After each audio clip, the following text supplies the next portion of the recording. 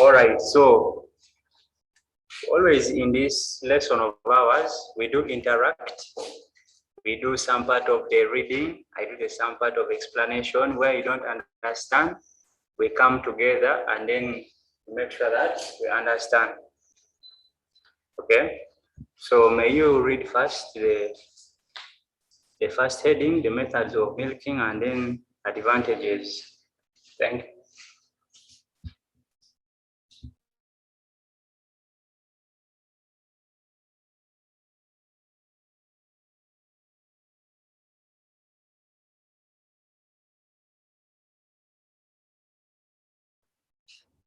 Yes, Amira. You read.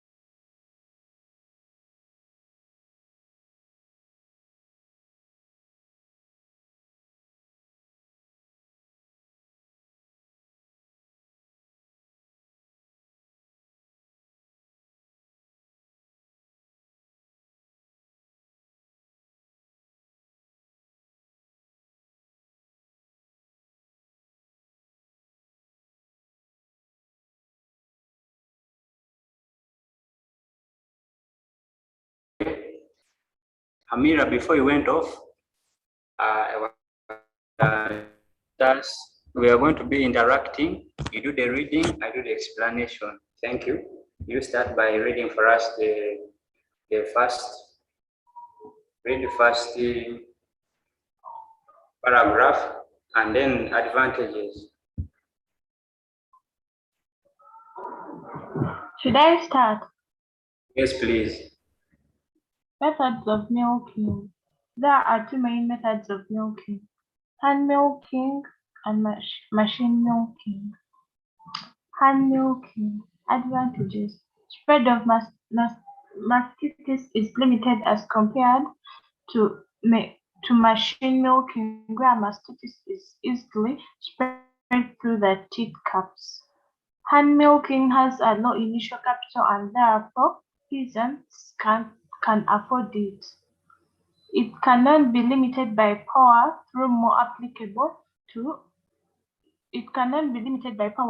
therefore more applicable to rural areas with no power. Injury to teeth is not common as witnessed in machine milking due to faulty machines. Disadvantages: it is very slow in operation and therefore cannot cope with large herds. Point 2, efficiency declines with increase in the time worked. Point 3, it is difficult to produce clean milk under this method. Point 4, it is difficult to have complete milking, hence a farmer stands to lose. Point 5, it increases labor cost as more people are employed. All right, thank you so much. So when you have your animals on the farm,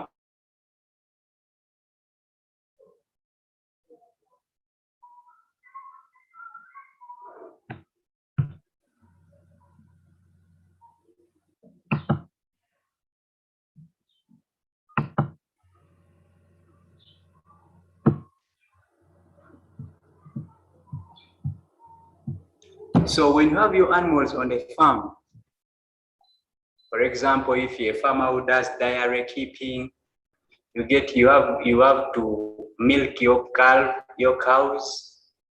You ask yourself, how do I do the milking? What if you have like 1,000 cows?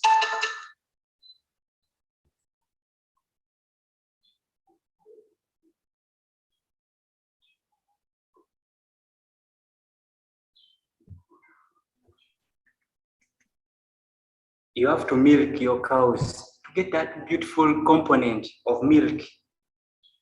In the previous lessons, we have been covering what is milk, how does milk come from the animal's body. You imagine this cow has ability to eat grass, but at the end of the day, it gives us milk. We studied all that knowledge and all that science in the previous lesson. So now here comes the question, how do you milk? We have two methods of milking. Hand milking. Are you all able to see? Are you able to see this picture here? Yes. Yes. The farmer is holding the teats. Those ones are not called breasts. Please don't call them breasts. They are called teats. Teats attached on the udder. The farmer is busy milking into his container. That is what we call hand milking. It is the most common method in our society because number one, the spread of mastitis. Mastitis is a type of disease which affects the ticks of the animal. Meaning, when you use this method, the spread is limited. This method has a slow initial capital. How much money do you need to buy soap to wash your hands such that you start milking? Compared to amount of money you may use to buy a milking machine. So it is a cheap method. It can be limited by power. It cannot be limited by power. Areas which have no power, people can easily milk their cows. Injuries to the teeth is not common. They are reduced and minimal. Injuries caused on the animal's teeth. You know, when you are milking, you first smear your hand with milking sulfur. Okay? A milking sulfur is just like a component which softens your hands such that you are able to milk smoothly without cracking the teeth of the animal. But this method has disadvantages also. Number one, it is very slow. If you have a farm of 500 animals, how many people will you employ to milk for you? Therefore, it is hard to use when herding large animals. Efficiency declines with increase in the time worked. You know, when you are starting to do work, you first milk the first two animals, you are happy. By the time you reach on the 5th animal or the 10th, the 20th, your energy and your efficiency reduces. Your ability to do work reduces. At the end of the day, the last animal will not be milked properly. And then the other disadvantage says, it is difficult to produce clean milk under this method. Are you seeing where this bucket is? If you are able to see my cursor here, are you seeing the parlor, the milking parlor? Yes. So here, a fly can easily come and fall into the milk. That's why you cannot produce clean milk. Dung, cow dung from this animal, are you seeing the legs of this animal? Very dirty. What if it kicks around and then cow dung splashes inside the bucket? So this method cannot enable you to produce clean milk. And then the other disadvantage says it is difficult to have complete milking. Hence, a farmer stands to lose.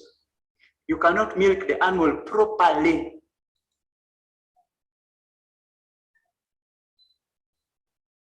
Yes, Mutes is saying even the sweat of the farmer can fall inside the bucket and that contaminates our milk. This method here, you cannot milk completely. Complete milking whereby you milk to zero. You cannot do it properly. But when you're using machines, it is complete. You can milk properly. By the time the calf comes, it will find zero milk. And then the last disadvantage says it increases labor costs as more people are employed. If you have 500 cows, you may need to employ very many people to milk for you. Is this page clear to everyone? Yes. All right, let's go to the next page. Another way of milking, we have machine milking. Machine milking has its advantages also and disadvantages. Advantage number one, it produces clean milk more easily than hand milking. Complete milking is achieved. Okay? You milk properly. There is reduced cost of labor since one person can handle more than 1,000 cows in a short time. Just like if you're able to see this picture here, this is a milking machine. This is where the milk goes, the milk tank. They get these parts here and connect to the teats, and then you connect to power. You connect to electricity, and it does the milking on its own. You can bring milk at the largest quantity and of good quality.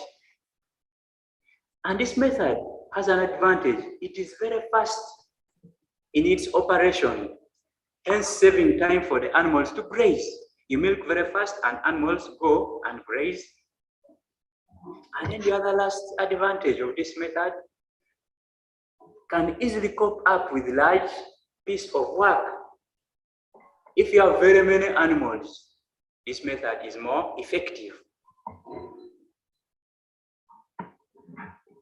Amira, you read the disadvantages. What are the disadvantages?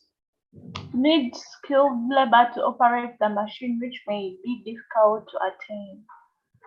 Point 2, it's limited by power supply and cannot work in places with no power.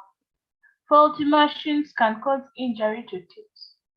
Diseases like mastitis are easily spread since the animals share the same teeth caps. The initial cost of buying and installing the machine is high for most of the farmers in Uganda. It is only economical on farms with very large numbers of lactating animals. Thank you. Disadvantage number one, you should have the skill, the knowledge how to operate the machine, which is very difficult to obtain. And most of these farmers in the locality don't have this skill. Number two, it is limited by power supply. You cannot use this machine where there is no power. All of us, most of our rural farmers cannot even afford solar. In case you have such a big machine which consumes a lot of power, it may become useless to them. So this method becomes ineffective.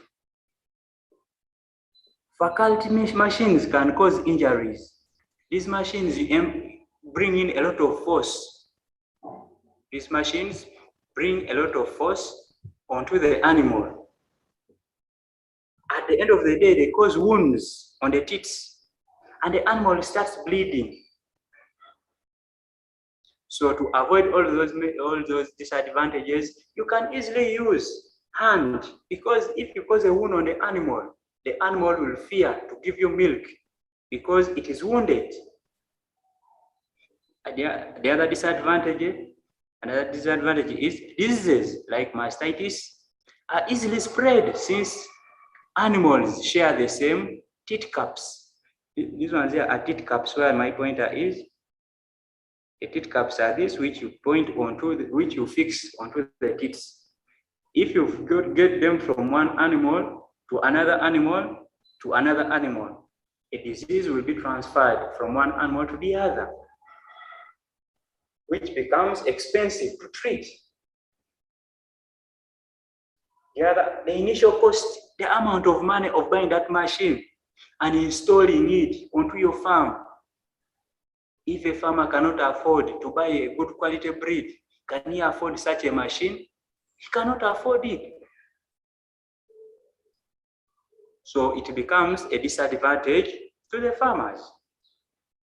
It is only economical on farms with very large animals. It is the best to be used on farms which have very big animals and very many animals. Is this page clear to everyone? Yes.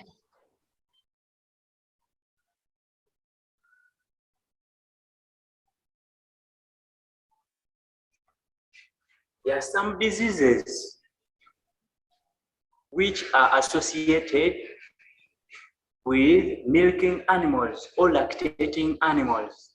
The word lactating simply means the animal which is giving milk, the animal which is in that period of giving milk. In case you find such a question anywhere, never get scared. Just be able to answer, and having this knowledge is good. So here, we are looking at a disease number 1, which is mastitis or mastitis, the way you want to pronounce it, but it is always the same spelling. If you are to be asked, what is mastitis? What would be your answer? Shamira, you read for us what mastitis is, and then types, its signs and treatment. This is an inflammation of the udder caused by a number of bacteria, and the most common are Streptococcus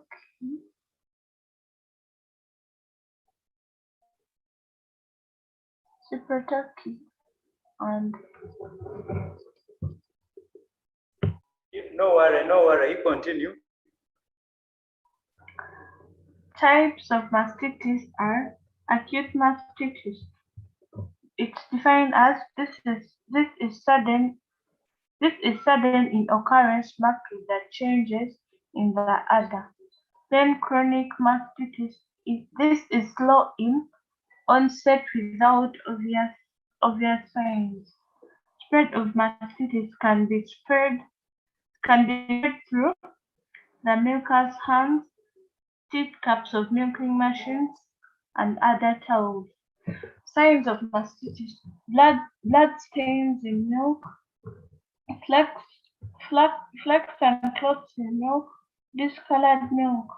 Treatment of mastitis: use intramammary, which are antibiotics injected into the affected teeth. All right, thank you so much. Are you all able to see these pictures here? Yes. This first picture is showing, what is this? What is this instrument here? Have you ever seen it anywhere? No.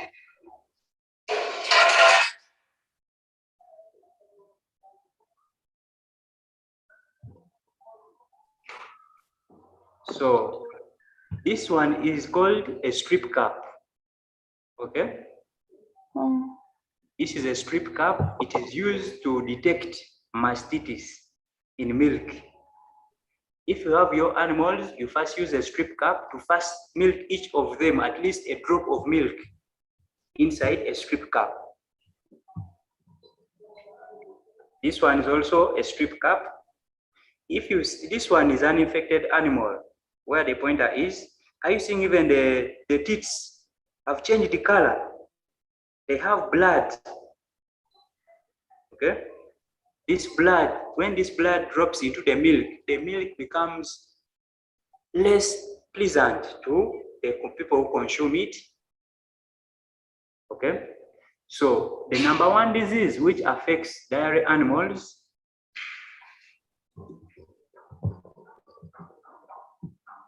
yes, someone is saying it looks like it is rotting. Yes.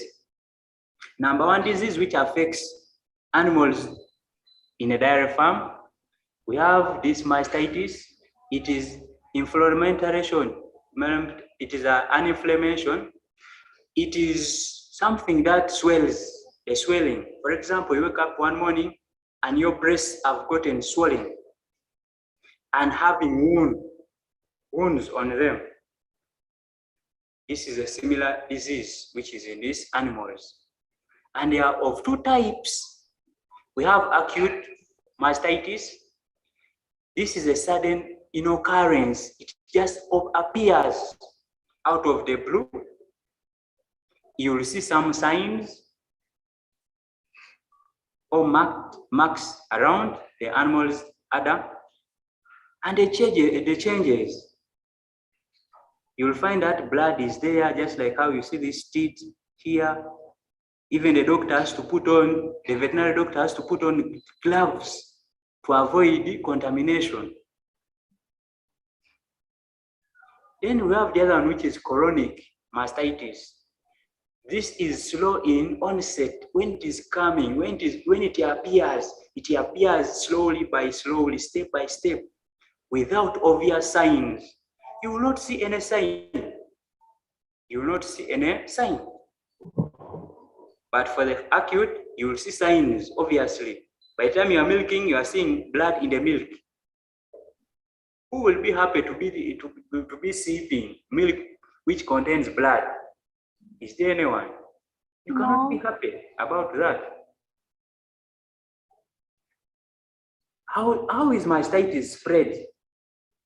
It can be spread through hand milkers, people who milk using their hands, because after milking this animal, you milk the next one also. The very hands.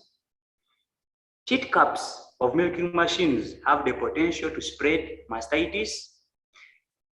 The other towels, because in the previous lesson, when we were looking at ways of stimulating animal to let down milk, we said get warm water, get a towel, and then pass that towel on around the udder to stimulate milk production, to stimulate milk let down.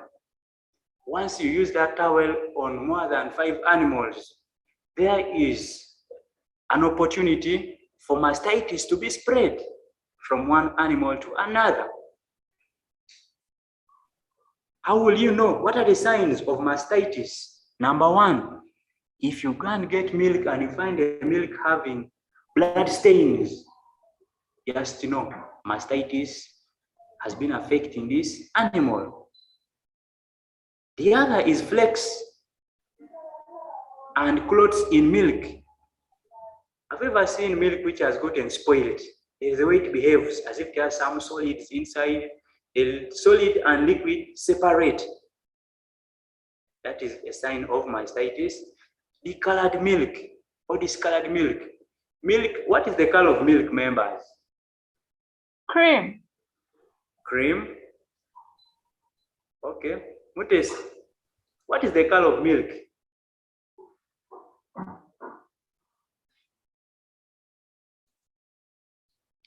Now here is a debate. Mutis is saying milk is white. Hamira says milk is cream. Which type of milk have you been taking? Let me hope you have not been taking milk which has mastitis. No. Or you have been taking yogurt.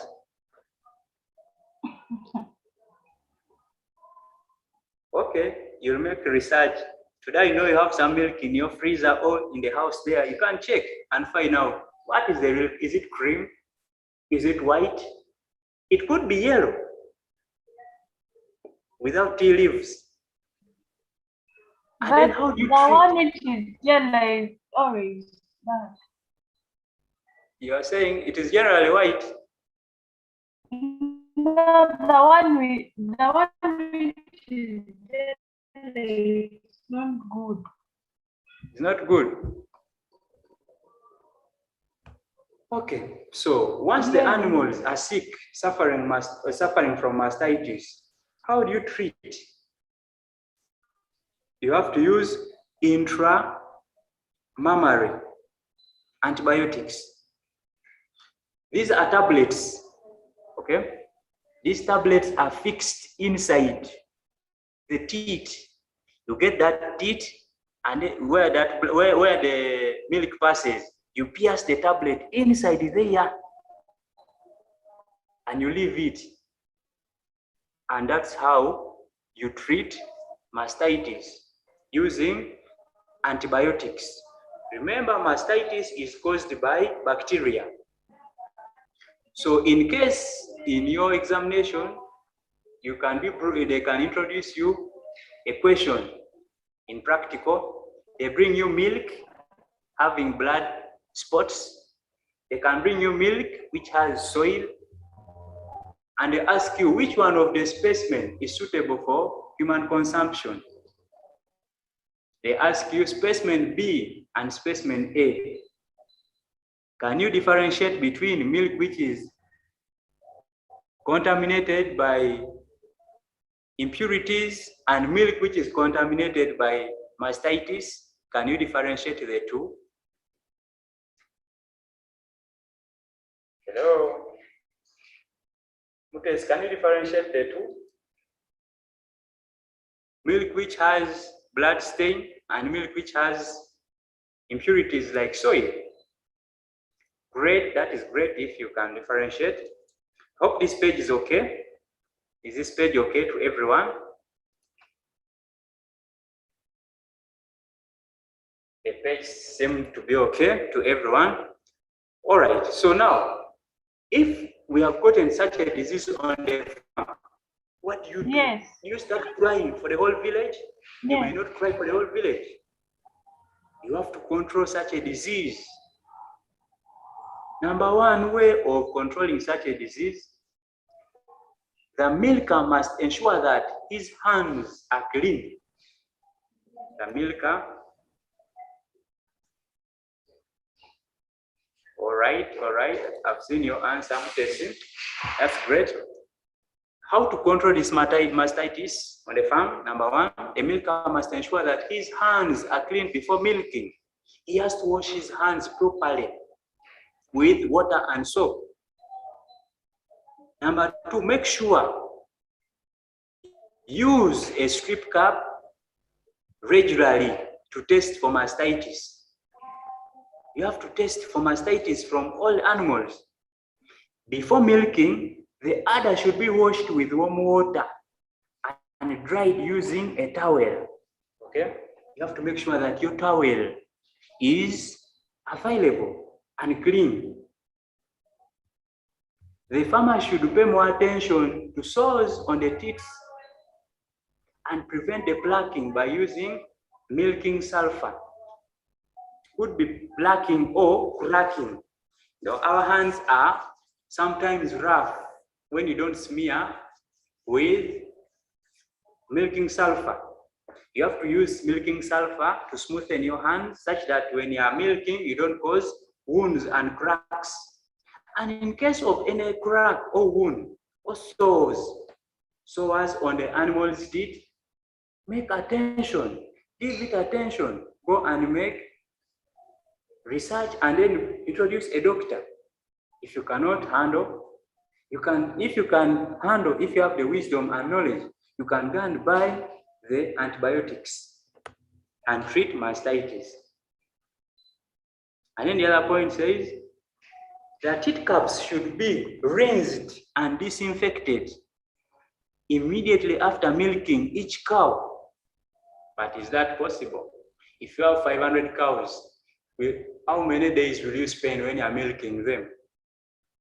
When you are using this method of first disinfecting, rinsing, but it is a necessity as a mechanism of controlling mastitis.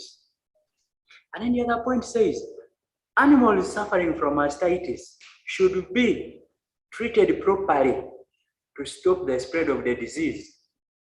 Treat the animals separately and milk them differently. Just like the last point says, infected animals should be milked last and milk poured away. No matter how much appetite you have, make sure after milking your cows and they have mastitis, you go and pour that milk. Don't take it to the market for people to consume. Maybe you could give it to the puppies. Is this page clear to everybody? For them, when they get that disease, I'm not getting you, Shamira. When they take that milk. If you take that milk, you also become When sick. they get that disease, when they take that milk. No, they cannot get that Because you disease. say that you give them. Your network is breaking. We are not We are not being able to hear you. Amira, maybe you try to re-echo what you are saying. You say that you give that milk to the puppy. So then the thing you say that if you must pour that milk, if you don't pour it, you give it to the puppies. So the puppies, when they get the disease, if they take that milk. After boiling it, okay, after boiling it, you weaken the potential of bacteria. Okay? So it is less effective to the puppies. Is it okay? Yes. Is this page clear to everybody? Yes. Oh.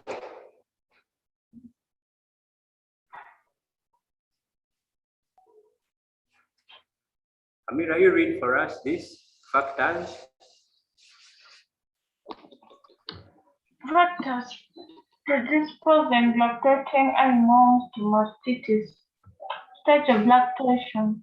It is more common at the beginning of lactation. Age of cattle.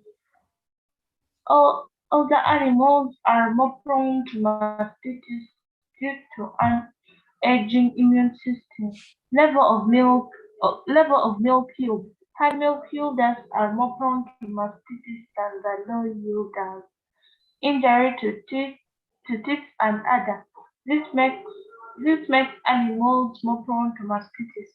Poor sanitation. Milking infected animals with healthy ones increases the chance of mastitis spread. All right, thank you. So this heading simply says, what are those factors which expose animals to mastitis? What are the things which may cause mastitis to animals? Number one, stage of lactation. It is more common at the beginning of lactation. The animals which have just started being milked have the potential of attracting mastitis. The other is age of cattle.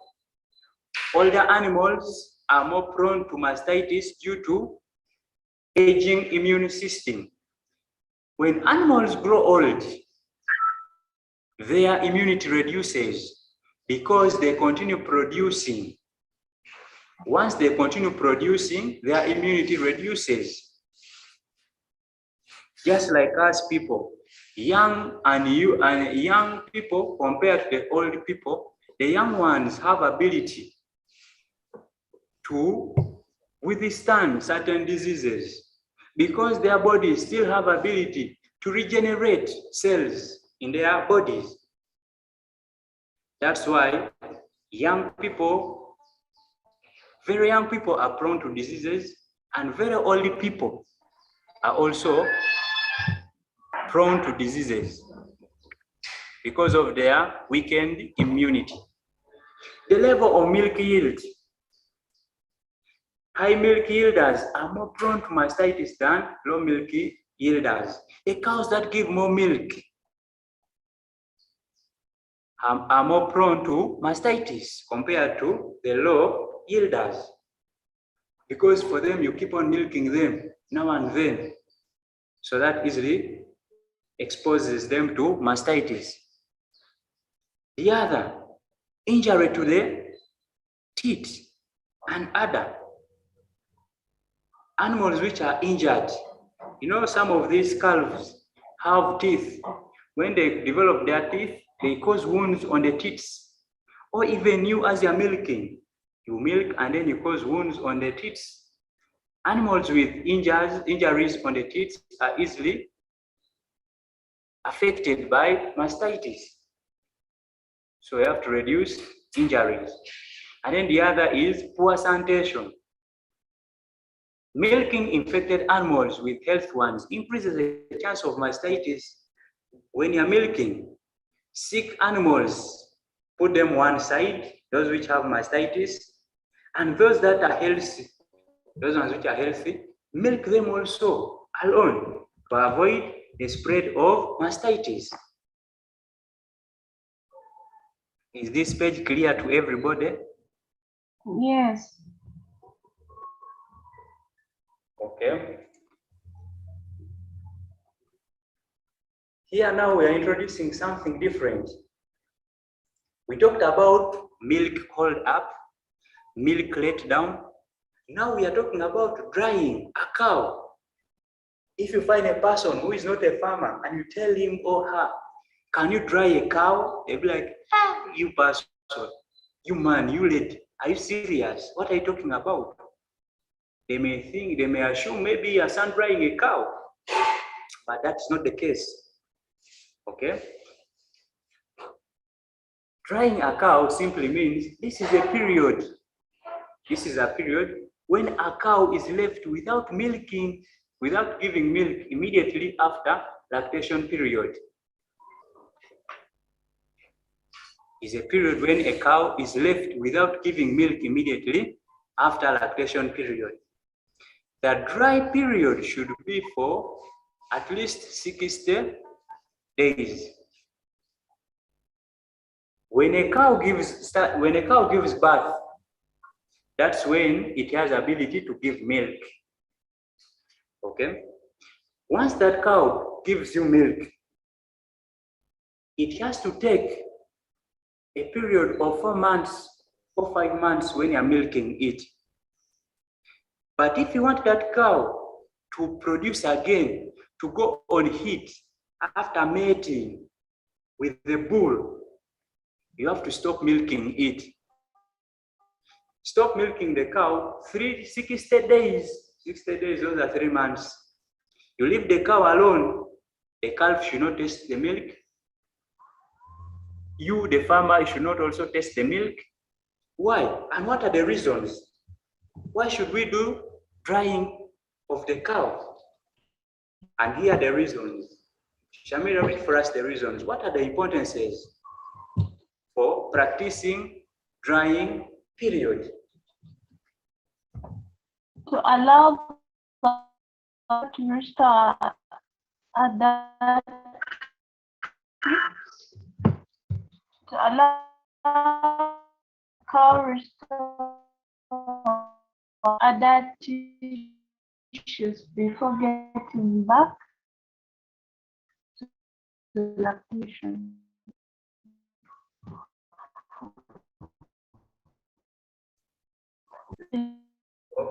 Okay, thank you. Reason number 1. To give that. Okay. To allow the cow to restore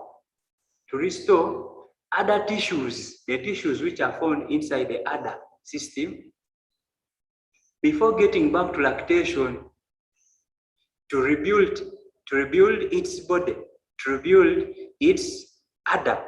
That's the reason number 1. Before the next milking period. And then number 2, to allow the cow to replace minerals depleted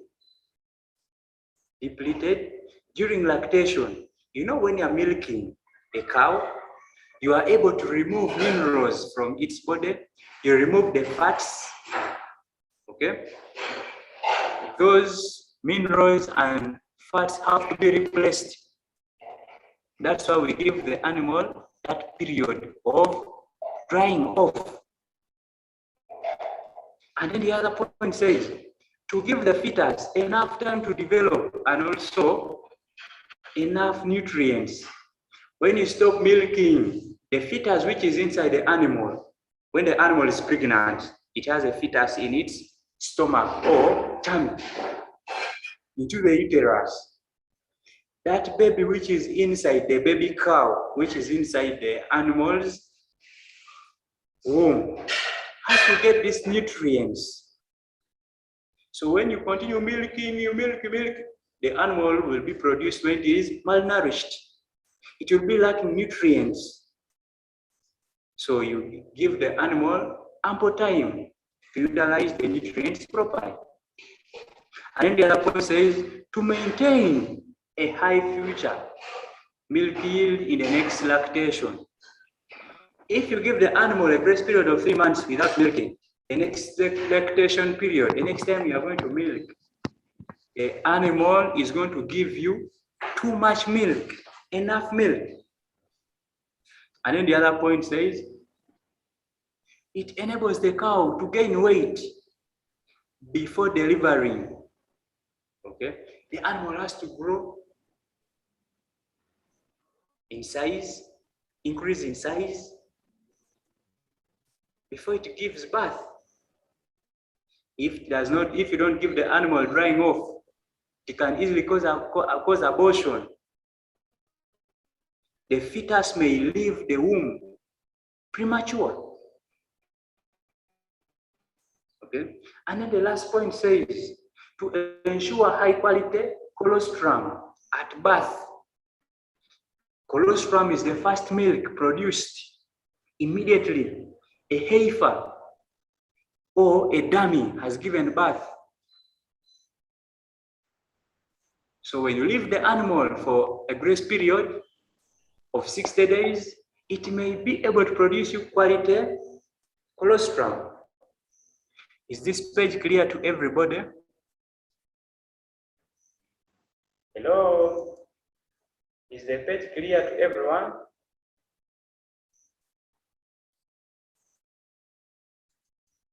Okay, if it is clear, let's go to the next page.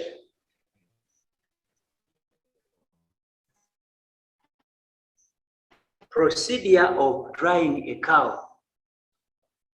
How do you dry a cow? Okay. Amira, read for us. Procedure of drying a cow. Incomplete milking. This involves milking the cow halfway its production capacity so that the remaining milk in the other excess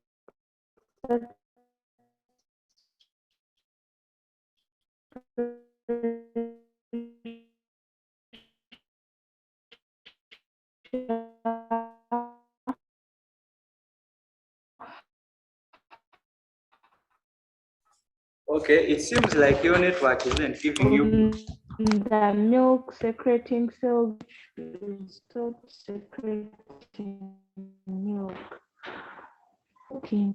The cow is milked at intervals of days and once for all.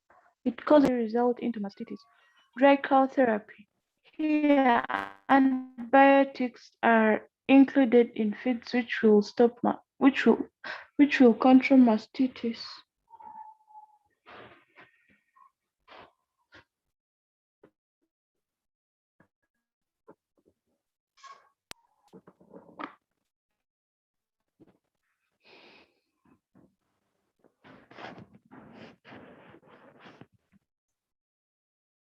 Okay, thank you. Number one is incomplete milking. Incomplete milking, this involves milking the cow halfway its production capacity so that the remaining milk in the udder exerts pressure on the milk secreting cells, which will stop secreting milk. Okay, number one, here we are simply looking at milking. If a cow has been able to give you 5 liters of milk every day, don't milk only 5 liters of milk on a daily basis. Reduce, milk 2 only, milk only 1. That's what we call incomplete milking. And this helps the milk to cause pressure in the milk secreting cells, and they will stop secreting milk.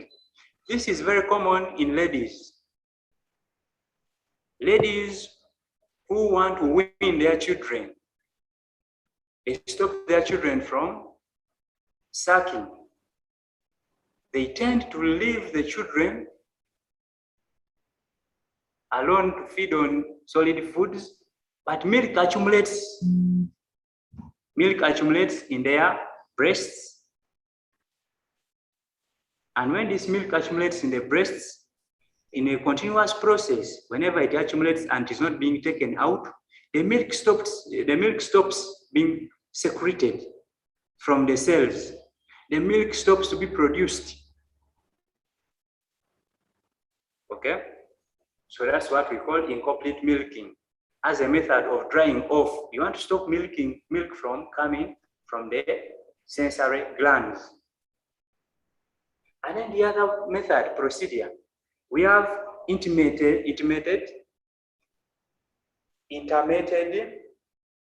milking.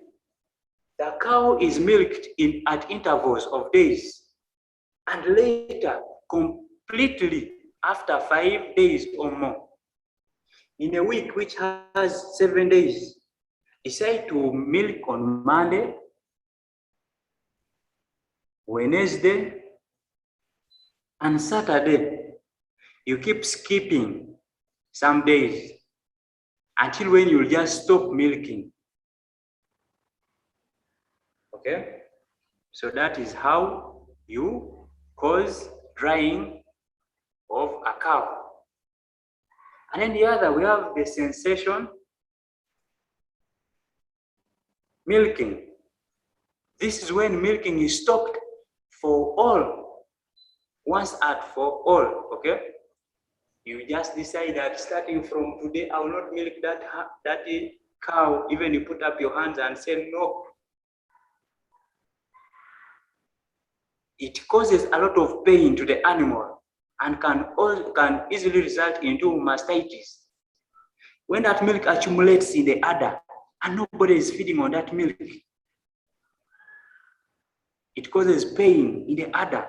This is the same thing which happens to our ladies, our mothers. The milk accumulates in the breasts and causes too much uncomfort.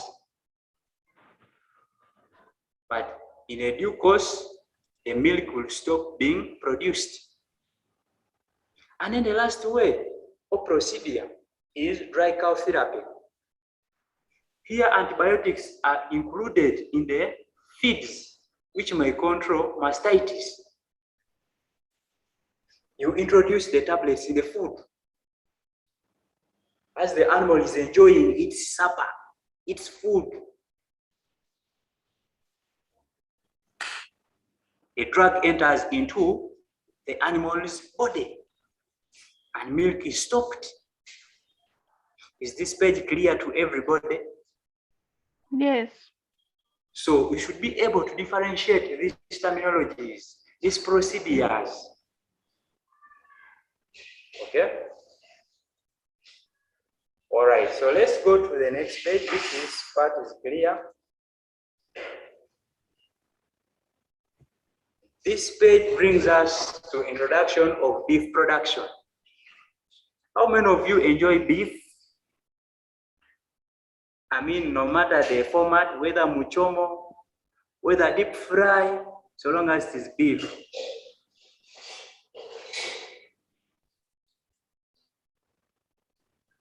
Okay, I thought maybe we had only vegetarians here. Kumbe, you are here. You enjoy beef. That is very good. So now, we have looked at two components, products of cattle. We have looked at milk. We are going to look at the beef, which is meat. We shall look at the hides and skins. Okay. How do people get that skin from the animal and they use it for making shoes? Okay. How do they slaughter the animal? What happens? Do they first cut off the ear? Do they start by cutting the legs? Those are the things we are going to look at when we are covering beef production. Is there anything which is not clear about dairy production? For the case of Hamira, you have joined us in a way, but feel free to consult whatever you have not understood, and whatever you have missed in the previous sessions, it can be forwarded to you. So when we're talking about beef production, this is whereby a farmer keeps cattle for meat only. The main objective of beef production is produce healthy young stocks, fatten them, and sell them for slaughter as meat. The farmer rears the young cows, fattens them. Fattening simply means giving them food or feeds which increase their size, and then sell them for slaughter, and for you just enjoy the meat. Breeds of beef cattle in East Africa include, in most of the parts in East Africa, we have the indigenous breeds, the local, the Zebu, Boran. These ones are small, short-horned zebus. Okay, they have very short horns. Leave alone the ones you say, because now if you're Muganda, you say labentenganda. If you find a Muchiga, the other also will say, look at this cow from Ankole. For in agriculture, all of them are called local, indigenous. And we also have exotic breeds. Exotic breeds, the Hereford, Baden, Angus, and the rest. These ones come from the foreign land into our country, into our continent. What are the characteristics of a very good beef breed? If they take it to the market, they tell you, we are going to restock our farm and we need animals of good quality. What determines good quality? What are the things you may consider? Those are the characteristics. It could be characteristics, could be features, or ethics. Amira, read for us. What are the characteristics of a very good beef breed? Should have a high ability to mature early. Should have a high ability to grow fast, i.e. put on weight quickly. Should have thick muscles to increase the quantity of beef production. It should be able to breed regularly so as to increase the herd. Should have a high ability of converting herbage into beef. Should have a high resistance to pests and diseases common in the environment. Should be able to survive long drought periods without losing excessive weight. Should show a high degree of tolerance to heat.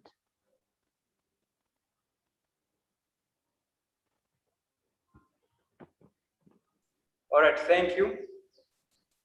So, characteristic number one, once you go to the market, I know you are ladies and you love very good things. You cannot go to the market and buy a bad cloth for yourself. And there are some things you consider. If you are to buy a phone, you go and say, I want a phone which has a very good camera. I want a phone which doesn't break. I want a phone which is easy to handle. Okay? Those are the features of the phone you like. But when it comes to characteristics of beef breed, you have to think about number one, ability to mature very fast, to mature very early. Don't bring a breed which will take you 2 years to eat it, to sell it. You get the one which can mature very fast, the one which produces very fast. So, ability to mature very fast or early is key. Number two, should have a high ability to grow fast and put on weight quickly. Should be able to grow very fast and increase in size. If this one, it eats, it consumes your pasture, it eats the grass, it drinks your water, but it's still the same size, that is a poor breed. And then the other should have a thick muscle to increase the quantity of beef. The muscles on its body should have a deep body. The one you just look at and you be like, yeah, if this one now, they can cut it, I think I could enjoy the Moroccan. Okay, the one which puts on heavy weight, leave alone the one which grows and you see the bones coming out of the body, the skeleton is jumping out of the body. That one is not the best breed. Then the other, it should be able to breed regularly so as to increase the herd. It should be able to mate. Once a bull and a cow mate, the cow should be able to conceive and produce a young one. But if you have a bull on a farm, and for it cannot even inseminate, it cannot even ejaculate, it cannot release sperms into the vagina of the cow, that is very bad. Because there's no way you will see increase, animal population increase in the herd. Okay? And then the other, it should have a high ability of converting herbage into beef. Once it eats grass, hedge, and the rest, and drinks water, it should convert that grass into meat very fast.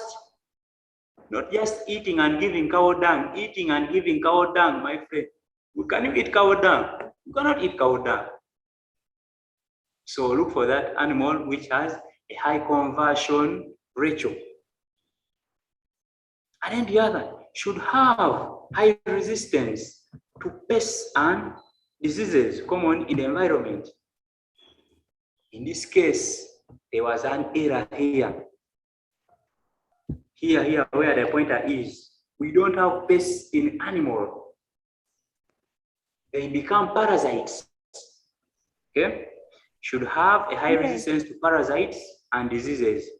Parasites, we have ticks, worms, roundworms, tapeworms, lice, and the rest. Okay? Those ones are called parasites. And diseases such as red water, mastitis, anthrax. Foot and rot. Very good. Nagana. You have Nagana, the so-called sleeping sickness in people. Okay, that animal should be able to resist such diseases. And then the other point says, should be able to survive long drought periods without losing excessive weight. Should withstand harsh weather conditions. When there is no water, it should not die. Okay, it should be able to survive. And then the last one says, should have a high degree of tolerance to heat. You know, here in Africa, temperatures always go high. Those temperatures, the animal should be able to withstand such temperatures. You may put up a farm, you go to your home the next morning, you wake up and find the whole farm is dead. All animals are swimming on the ground, are sleeping, dead, because of high temperature. Is this page clear to everybody? Yes. Okay, if it is okay, let's go to the next page. What are the factors limiting beef production in Uganda? Why is it that not everybody is having a beef farm? What are those factors? Hamira, read for us those factors. Harsh climate. Long droughts that are rampant in many places due to the successful of pasture and water, hence decreasing animal productivity. Poor soils. Potential areas for beef production have poor soils, which cannot support quality pastures for the animals. Presence of diseases. There are a number of diseases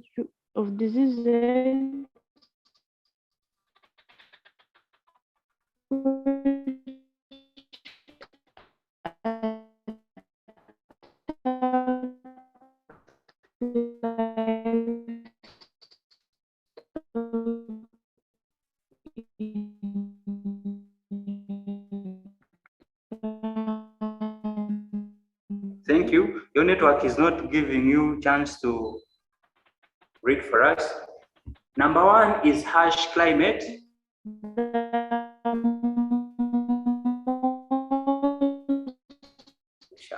Hamira, thank you so much.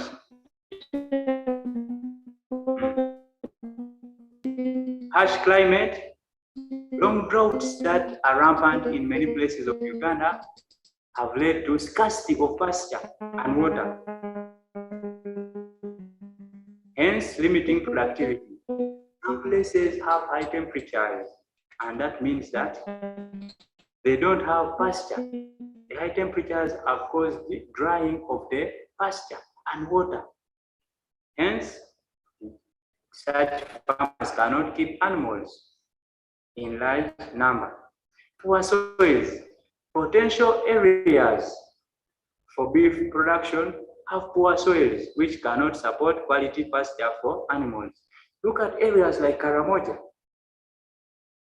Areas like Karamoja, these people have large herds of cattle, but they have poor soils, which means that the poor soils don't favor pasture growth. The numbers will remain low. Presence of diseases. There are a number of diseases which attack livestock in Uganda. The most notable diseases are transmitted by vectors like ticks and flies. So such diseases don't give farmers liberty to practice beef production on large scale. Inadequate extension services. Most of the farmers live in the rural areas, in the villages, which are difficult to reach by the extension staff. Here, extension staff are these people who give knowledge. For example, when you specialize in agriculture, you'll be able to go to a university or a college and you study agriculture extension.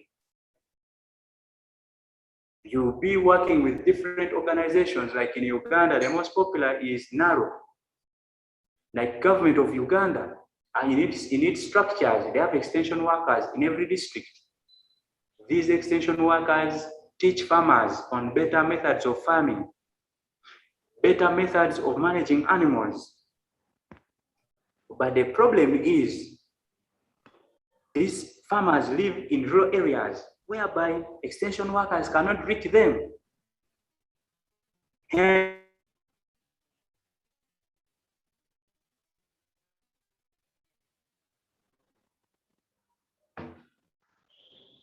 Hindering beef production. If it is okay, we have other challenges which have limited people from. We have other challenges which have limited people from practicing beef production. Challenge number 1, conservativity amongst the farmers, inability to change. Like our uncles, our brothers in Karamoja, for them, they get pride in rearing very many animals of poor quality, whereby you find 5 cows can produce 10 liters of milk, and yet a Frisian can produce 20 liters of milk. One Frisian alone produces 1. So it combines what the other 5 can give. So most pastoral communities in East Africa look at cattle number rather than the quality.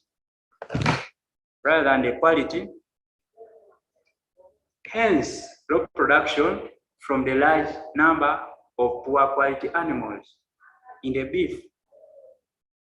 It's what I've said here, that Most people, for example, the Maasai, they have very many animals of poor quality.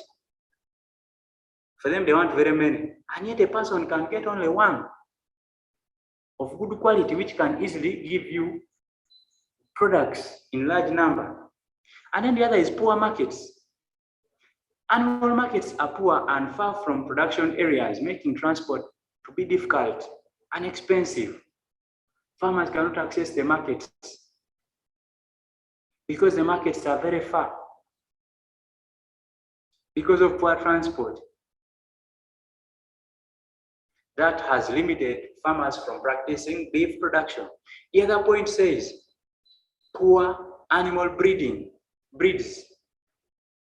The breeds of animals are very poor.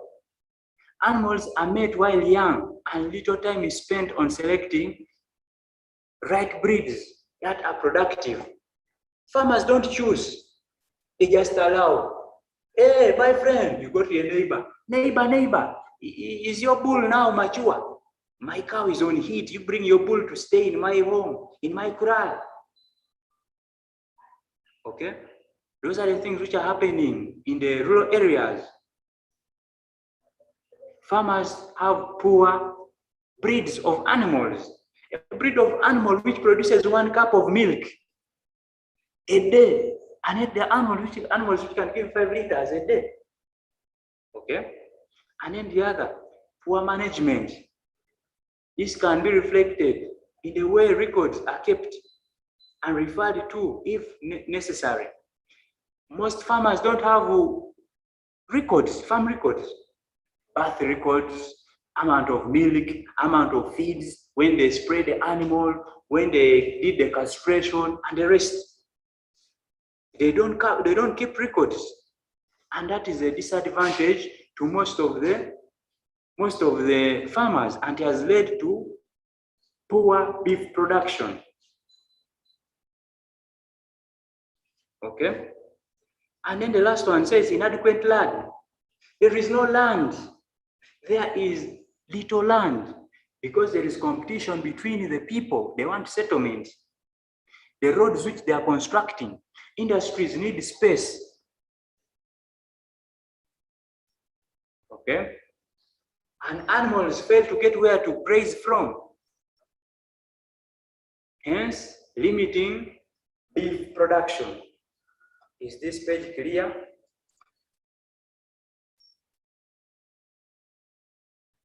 Hello, is this page clear? What do you say?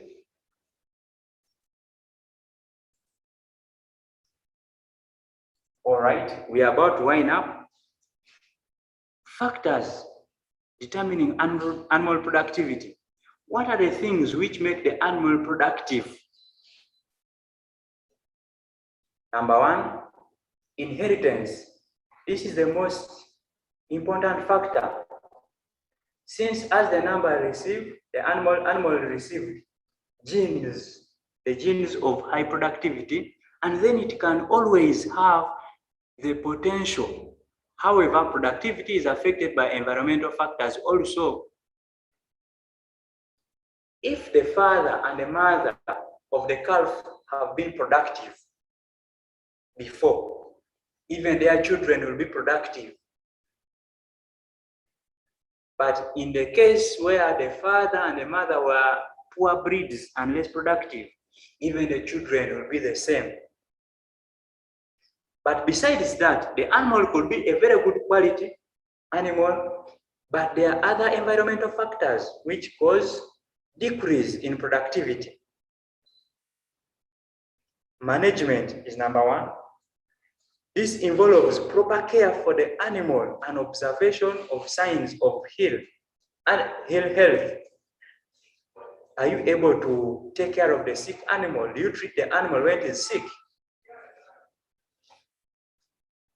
Are you able to know the signs as a farmer? If the animal is sick and for you don't take any action, the animal may end up dying. Feeding. Do you feed the animal? Animals that are underfed will have low production and are more prone to diseases, such as the malnutritional diseases.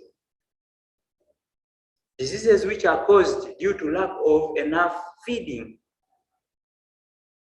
Not alone feeding, but are you giving the animal a balanced diet? Okay. And then the other point says, diseases, irrespective of the animal's potential of production, diseases will always lower the animal's productivity or production. Once the animal is sick, just like you, right now when you're okay, when you're healthy, you can do things, you can mop the house, you can move around. But when you are sick, you fail to even to walk, you fail to eat, appetite reduces, and when you stop eating, the body weakens because you're not providing it with energy. So that can easily reduce productivity. And then the other is climate. Under this, the most important factors are temperature, rainfall, humidity. High temperatures of the day increase evaporation of water from the animal's body, which reduces milk production in lactating animals. When animals are exposed to high temperatures, water vapor leaves their bodies. The animals sweat, hence reducing the amount of milk produced. Humidity. High humidity reduces evaporation of water from the animal's body, hence conserving it for productive purposes like milk secretion. When temperatures are high and humidity is low, there is low productivity of milk. And vice versa is okay. If humidity is high compared to harsh weather conditions, it means that the animal is able to produce for you high amounts of milk. The last point says, parasites, the lice, the ticks. Just like you, if you have worms in your stomach, what happens? If you are eating and you're not getting satisfied, you eat and they also start again absorbing the nutrients which are inside your body.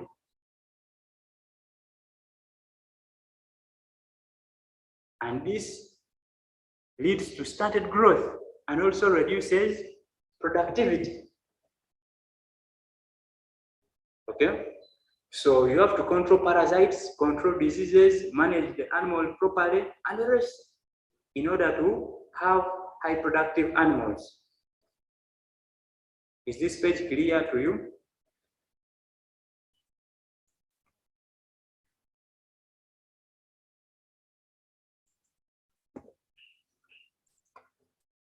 Okay. Systems of beef production is where we shall start from next time when we meet. Okay. We have ended here for today. Have a blessed evening. All right, thank you for attending. We shall start from here, the next lesson.